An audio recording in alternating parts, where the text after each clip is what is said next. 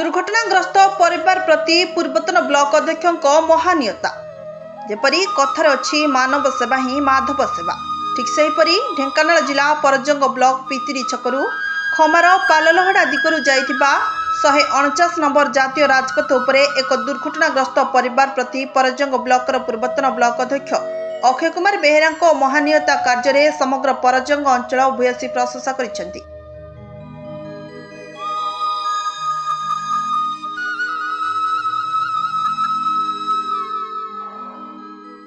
खबररू जनाजाए Parjang block गेंगुटिया panchayat बरपाल grammar Pradyumna Mallik निजर 2 वर्षर पुओ और स्त्री प्रियंका मल्लिक को साथरे धरी निज ससुर घर ढेंकानाल बारदा गेंगुटिया ग्राम को दोल पूर्णिमा उपलक्षे जाइथिले। दोल पर्व और होली उत्सव सारी सपरिवार निज गाँव को फेरुथिले। फेरिबा बाटरे पितिरी छकठारे अल्प दूर एक्स जाभियर विद्यालय निकट में जाइथिबा 149 नंबर जातीय राजपथ उपरे विपरीत दिगरू आसुथिबा OD09 JD7277 नामक ट्रक्र चालक बेपरुआ गाड़ी द्रुत गति आसी एमानकु साइड मारी देइथिला, जहा फल एमाने रास्तार छिटिकी पड़ी रक्त जुड़ुबुड़ हो पड़ते।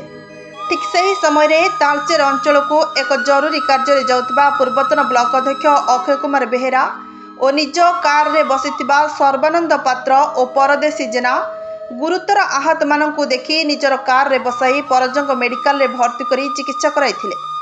प्रद्युम्न और स्त्री प्रियंका देह सारा क्षताक्त होइतिबा बेले 2 वर्षर पुओ सुरक्षित थिबा जଣା पड़िछि। उभयଙ୍କ अवस्था गुरुतर थिबारु ढेंकानाल मुख्य चिकित्सालय को स्थानांतर कर दिया जाइछि। घटनास्थल गाड़ी चालक फेरार हो जाइतिबा बेले पुलिस घटनास्थल रे पहुंची अधिक तदंत जारी रखिछन्ति।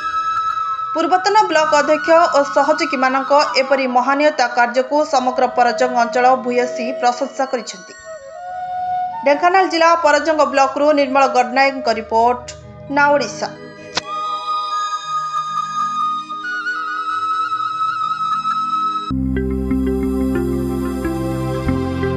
लेटेस्ट न्यूज अपडेट पाई www.naodisha.com को लॉगिन करंतु।